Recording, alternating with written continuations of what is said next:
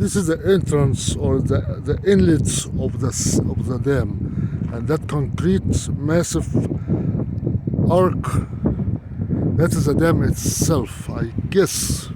And then the outlets have to be from that side, and that it has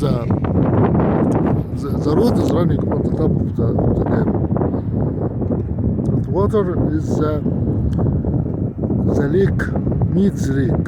We're going to see the whole thing in a minute.